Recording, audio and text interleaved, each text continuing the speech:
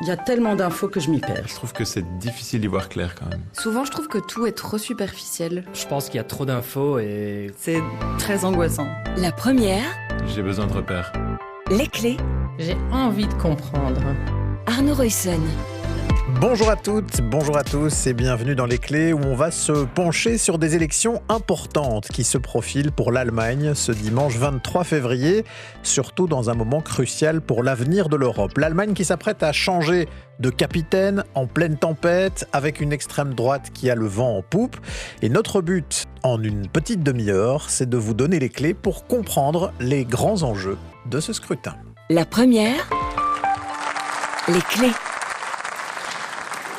Für unser Land, für Deutschland werde ich jeden Tag weiter alles geben.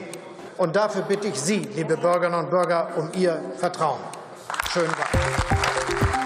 Pour l'Allemagne, je continuerai à donner tout chaque jour et c'est pourquoi je vous demande de m'accorder votre confiance. C'est ainsi que le 16 décembre dernier, le social-démocrate Olaf Scholz, chancelier allemand depuis 2021, termine son discours devant le Bundestag. Mais voilà, dans la foulée, il va perdre assez sèchement ce vote de confiance, ouvrant la voie à des élections anticipées pour l'Allemagne. Alors, penchons-nous un peu à présent sur la façon dont va se passer le scrutin législatif de ce dimanche 23 février. Pour nous aider à comprendre, j'ai passé un petit coup de fil à Christian Behrendt. Il est originaire de Bonn, en Allemagne, et aujourd'hui professeur de droit constitutionnel à l'Université de Liège. Et il pointe une première spécificité du vote en Allemagne. Chaque électeur, chaque électrice émet non pas une, mais deux voix. Il existe en Allemagne un scrutin proportionnel personnalisé, personnalisiertes Verhältniswahlrecht, et c'est un mode électoral qui repose sur l'idée que chaque citoyen dispose de deux bulletins de vote, un premier pour exprimer sa voix première, Erststimme, et un second pour exprimer sa voix seconde, sa Zweitstimme. Une voix première et une voix seconde, ok ? Et ce qui est un peu contre-intuitif, c'est que la plus déterminante de ces deux voix pour dégager les équilibres politiques, c'est la voix seconde. C'est d'elle que dépend la force respective en nombre de sièges des différents partis politiques qui sont représentés au Bundestag. Autrement dit, si un parti politique obtient 30% des voix secondes, il aura à peu près 30% des sièges au Parlement. Donc, avec cette voix seconde, les électeurs vont voter pour un parti. Et on va distribuer à chacun des partis un nombre de députés proportionnel à la part des voix secondes qu'il a reçues. Mais alors, à quoi va servir la voix première? On retourne chez Christian Behrendt. Grâce à la voix première, vous pouvez alors décider quelles sont les personnes que vous aimeriez voir occuper ces sièges que les différentes formations politiques auront obtenus grâce aux voix secondes.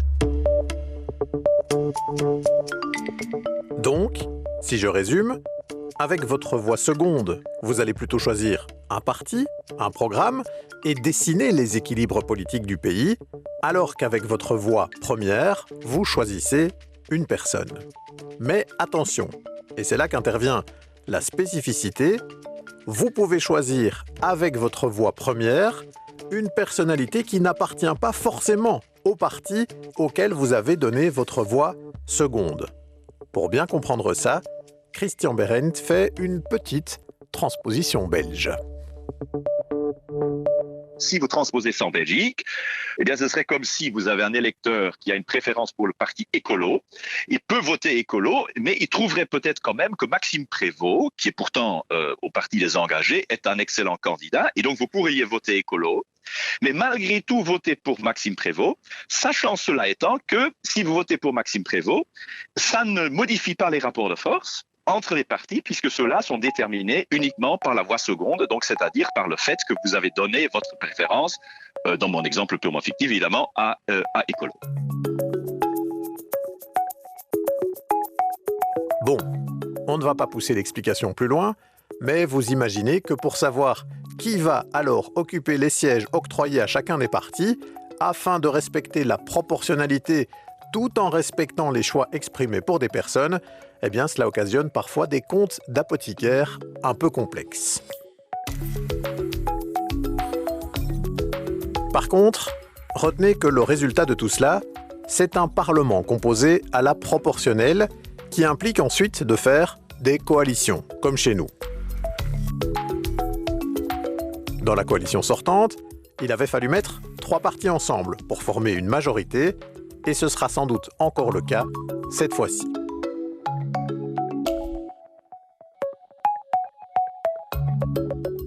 On peut pointer encore d'autres similitudes avec notre système belge.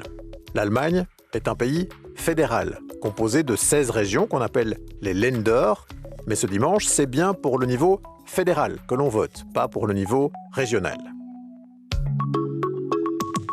Et puis, en Allemagne aussi, les partis appliquent une sorte de cordon sanitaire vis-à-vis de l'extrême droite, même si on l'appelle un peu différemment outre-Rhin.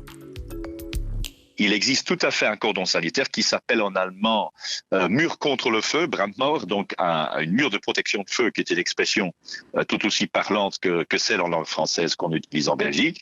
Et cette protection contre le feu, ce cordon sanitaire, est unanimement respecté et encore réaffirmé par tous les partis, tant par l'Union chrétienne que par les socialistes et les libéraux et les Verts. Donc, c'est aussi un élément de campagne de la part des autres partis politiques de dire, écoutez, si vous votez pour l'AfD, c'est des voix perdues, puisque c'est un parti dont on sait par avance qu'il ne pourra pas assumer une responsabilité gouvernementale, puisqu'il ne trouvera pas de partenaire de coalition. Et cet enjeu n'est pas mince, puisque le parti AfD, parti d'extrême droite, est annoncé à 20%. On pourrait donc avoir quelques 20% des sièges en quelque sorte neutralisés pour la composition d'un gouvernement. Voilà, vous avez quelques clés pour comprendre le système. Maintenant, on va se plonger dans la politique, proprement dit.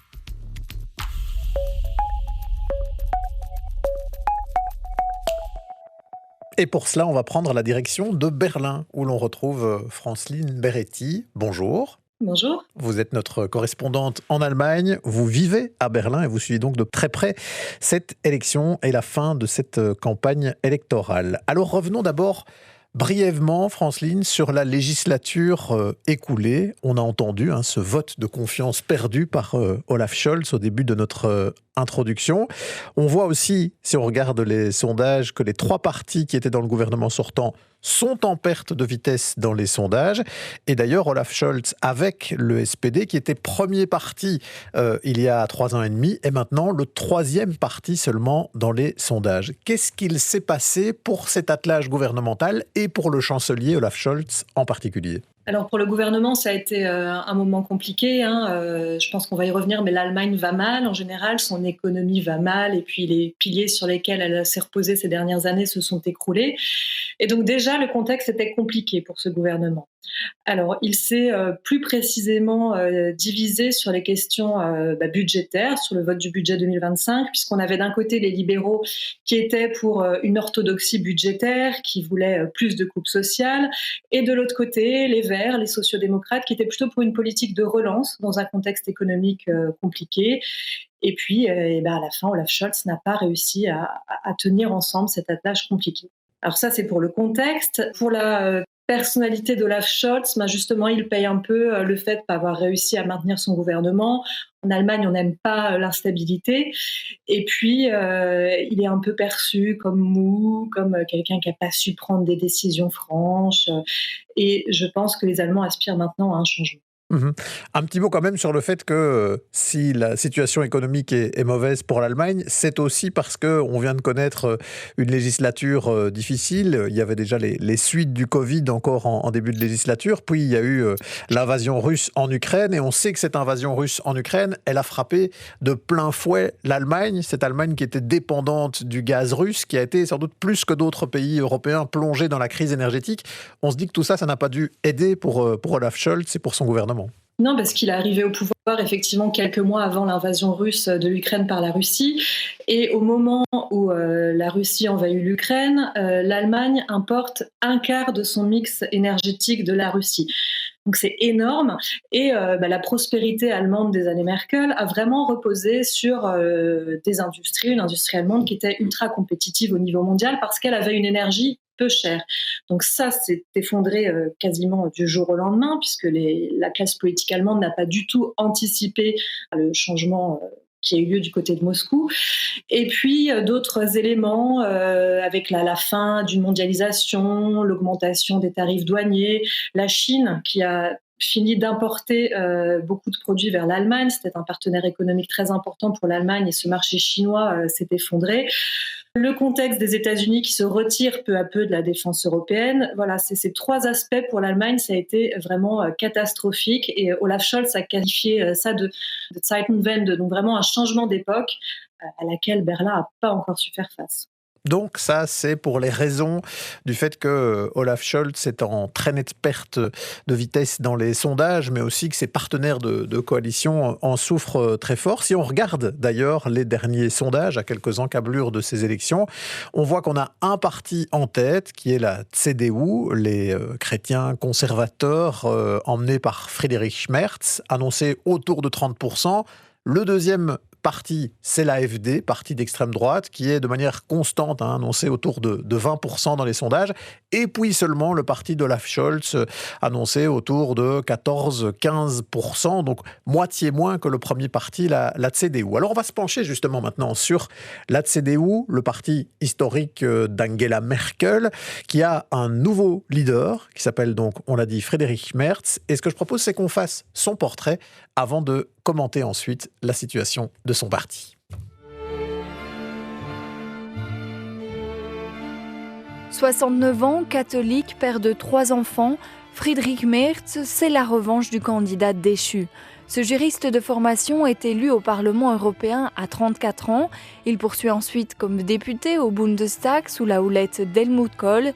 Il grimpe dans les arcanes du parti jusqu'à prendre la présidence de la CDU au Parlement.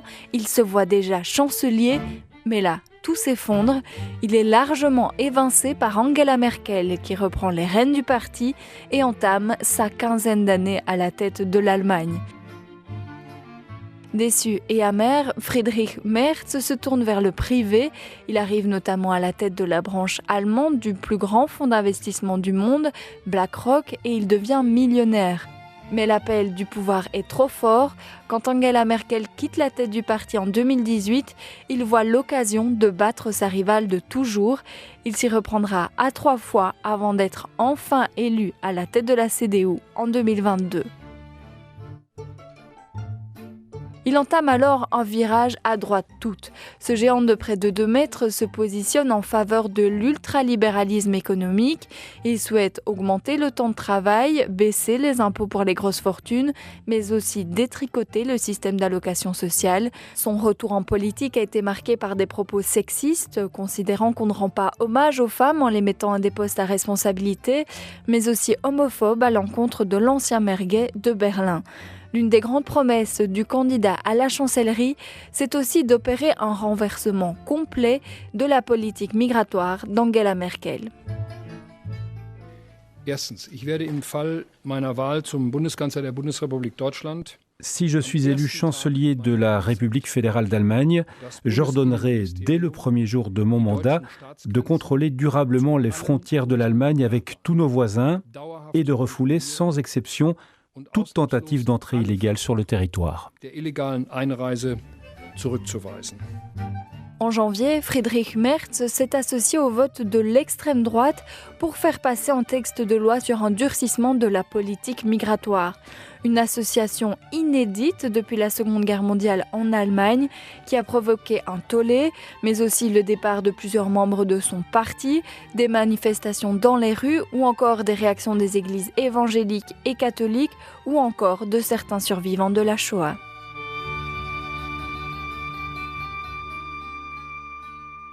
Voilà, Friedrich Merz, très probable futur chancelier allemand si l'on s'en réfère au sondage. Pour faire connaissance avec lui au-delà de ce portrait, Franceline Beretti, comment est-ce que vous le positionneriez justement par comparaison avec Angela Merkel, qui a incarné pendant presque 20 ans la CDU, 16 ans au pouvoir, en tout cas en tant que chancelière. C'est quoi les points communs et les différences entre Friedrich Merz et Angela Merkel ? Il y a surtout beaucoup de différences. En fait, Friedrich Merz, c'est vraiment l'opposant à Angela Merkel, l'opposant interne, mais il se positionne vraiment en rupture avec les 16 années d'Angela Merkel à la chancellerie. D'un point de vue de personnalité aussi, c'est le contraire d'Angela Merkel. Angela Merkel, elle était extrêmement prudente, elle était modérée. Merz, il est un peu gaffeur, il a des sorties politiquement incorrectes parfois. Il a un petit côté un petit peu rebelle parce qu'il a passé beaucoup d'années en dehors de l'Allemagne, en dehors de la politique allemande. Et il revient avec des codes qui sont pas forcément ceux de la politique. Donc, il bénéficie de ce statut qui est à la fois, évidemment, il fait partie du système, il fait partie de la CDU depuis très longtemps, mais il a quand même un peu cette figure de l'anti-système au sens où c'est un anti-Merkel et c'est quelqu'un qui revient dans le jeu politique allemand. Et donc, quelque part, il se sert de ça. À la fois, il est dans une position de rupture par rapport à Olaf Scholz, par rapport au pouvoir sortant, mais aussi dans une position de rupture par rapport aux années précédentes de la CDU, de son parti. Donc, il parvient à donner le message aux Allemands qu'avec lui, c'est un peu une ère nouvelle, qu'on va faire de la politique autrement ? Oui, parce qu'avec le système des coalitions en Allemagne, on arrive à ce paradoxe que Olaf Scholz, qui est un sociodémocrate, donc qui n'était pas dans le parti d'Angela Merkel, a participé à plusieurs gouvernements. Merkel a été ministre des Finances dans le dernier gouvernement. Donc, quelque part, c'est un peu la continuité, Olaf Scholz. Alors que Merz, qui vient du parti de la chancelière, lui, n'était pas du tout dans le système allemand pendant des années. Et donc, il peut se positionner effectivement comme celui qui va réellement incarner le changement que l'Allemagne attend. Alors, il y a quand même des éléments troublants et qui ont été pointés par Sarah Pousset dans son portrait. C'est ce vote, à un moment donné, avec les voix de l'extrême droite sur des mesures en matière de migration. Il y a une ligne qui est très ferme, très dure sur les questions migratoires. Le fait d'avoir, à un moment donné, voté avec les voix de l'extrême droite, on sent que ça secoue pas mal encore en Allemagne. Est-ce que c'est un candidat qui pourrait se rapprocher de l'extrême droite, Franceline Beretti ? Alors, il est questionné là-dessus à chaque interview. Il est extrêmement clair et ferme là-dessus. Friedrich Merz, il ne veut pas d'alliance avec l'AfD, il ne gouvernera pas avec l'AfD. Et alors, il y a eu ce vote il y a quelques semaines, effectivement, où son parti faisait une proposition de loi pour durcir l'immigration, proposition à laquelle l'AfD a apporté ses voix. Et Merz se défend en disant que c'est pas parce que l'AfD vote une proposition qui est bonne qu'il faut forcément considérer qu'il fallait changer de politique. Donc il est un petit peu déstabilisé par rapport à ça. C'était une erreur politique, disent beaucoup, qu'il n'avait pas besoin d'emmener cette loi à ce moment au Parlement, sachant que les élections arrivaient peu de temps après. Ça a créé beaucoup de remous en interne, mais finalement, quand on regarde les sondages, ça n'a pas beaucoup fragilisé la CDU en termes d'intention de vote. Et entre-temps, il a renvoyé des messages très très clairs en disant que par contre, hors de question de faire monter l'AfD dans un gouvernement, de faire une coalition avec ce parti d'extrême droite. Mais justement, on va s'y intéresser à l'AfD, Alternative für Deutschland. Franceline Beretti, c'est un parti d'extrême droite, très clairement, qui ne cache pas aussi certaines proximités avec le Kremlin, une forme de fascination aussi pour la façon dont un Vladimir Poutine exerce son pouvoir.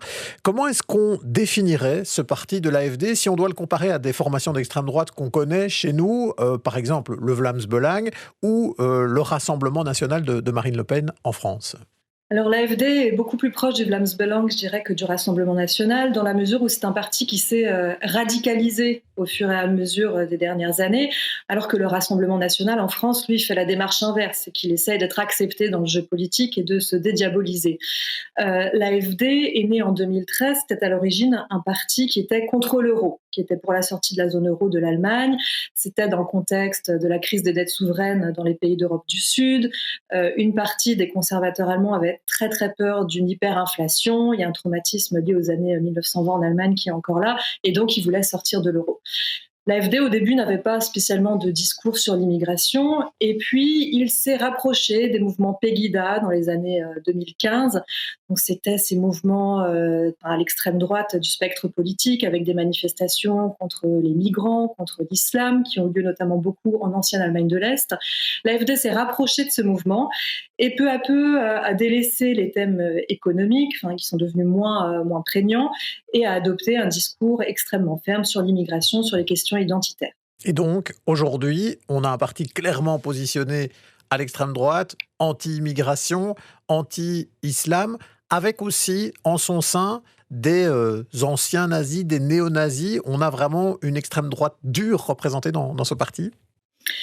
Oui, alors il y a une branche de l'AfD qui est composée de personnalités extrêmement sulfureuses. Il y a le leader de l'AfD en Thuringe, par exemple, qui minimise la Shoah, qui minimise le bilan de l'Allemagne nazie. Donc il y a ce mouvement comme ça de réécriture de l'histoire qui est extrêmement préoccupant. Mais la force, je dirais, de l'AfD aujourd'hui, avec sa présidente Alice Weidel, c'est de réussir à contenir un peu ces discours, de les absorber. Et la présidente Alice Weidel présente un autre visage de l'AfD qui est plus politiquement correct, qui est plus acceptable. Donc elle réussit à maintenir vraiment les discours les plus problématiques dans son parti et à garder la main. Donc, quelque part, elle parvient à faire une sorte de synthèse en allant chercher cette frange la plus radicale qui était séduite par des mouvements comme Pegida, tout en attirant quand même des personnes qui n'iraient pas jusqu'à ces extrémités-là, mais qui sont prêtes à rejoindre le projet de rupture de l'AfD. 20%, c'est quand même pas rien. Ce n'est pas du tout suffisant pour arriver au pouvoir, surtout avec le cordon sanitaire. Mais on imagine quand même que de revoir une extrême droite avec en son sein des personnes qui minimisent ce qui s'est passé durant la période nazie, arriver à un tel niveau dans les sondages, ça ne laisse pas indifférent en Allemagne, Franceline. Non, il y a eu beaucoup de manifestations, notamment il y a un an, il y avait eu, la presse avait révélé une conférence qui avait eu lieu à Wannsee, donc en fait Wannsee où il y a déjà eu une conférence du régime nazi pour mettre en place la solution finale et l'extermination des Juifs. Donc d'un point de vue symbolique, c'était extrêmement forte, et cette conférence portait sur la remigration, donc l'expulsion d'étrangers en Allemagne dans leur pays d'origine. Donc c'était une conférence secrète, confidentielle, des personnalités de l'AfD y ont participé, et la presse l'a révélé. Et donc, il y a eu d'énormes manifestations de citoyens allemands, il y a à peu près un an, qui se mobilisaient contre ce discours raciste et xénophobe. On est un an plus tard. Ce qui est intéressant et préoccupant, c'est qu'au début, Alice Weidel avait condamné cette conférence à Wannsee. Et puis, dans ses derniers discours, elle réutilise des termes qui avaient été utilisés, comme le terme de remigration, et puis elle les assume. Donc, elle se radicalise encore et elle assume finalement ce positionnement extrême.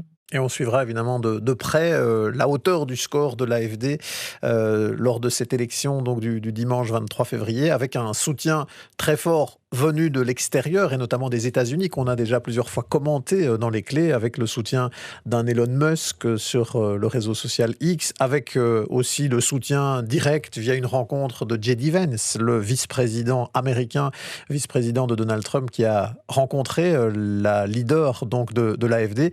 Tout ça, on l'imagine, peut compter aussi dans la dernière ligne droite de cette élection.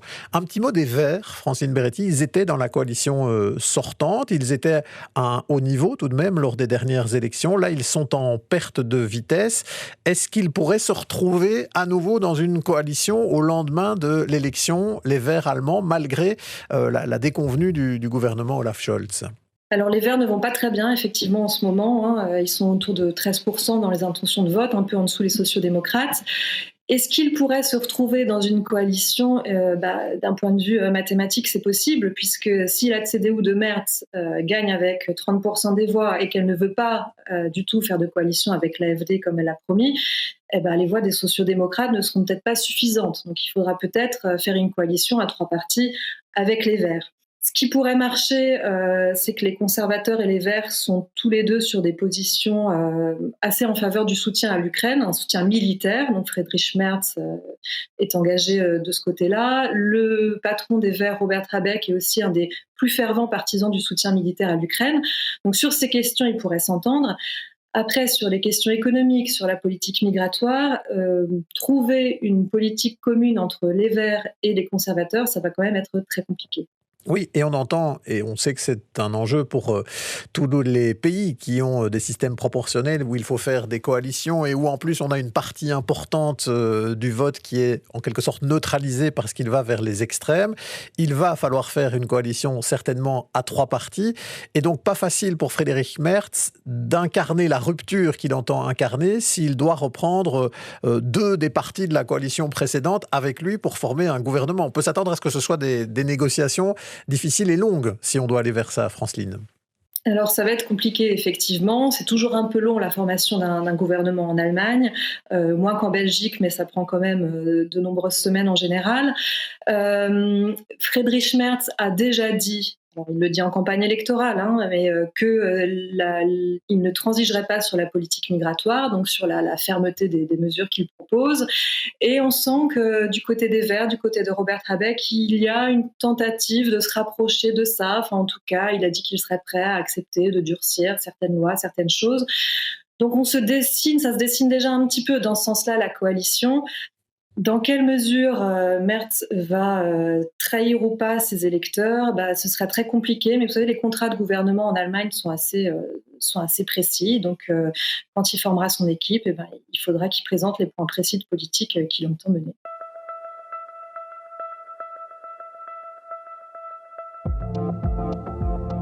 Et ça, c'est un peu comme chez nous, où l'on a des contrats de gouvernement entre partenaires de majorité qui sont de plus en plus précis, en raison justement du fait qu'il faut souvent marier des partis très différents, parce que précisément, une partie de plus en plus grande des sièges au Parlement est en quelque sorte neutralisée par les formations extrêmes.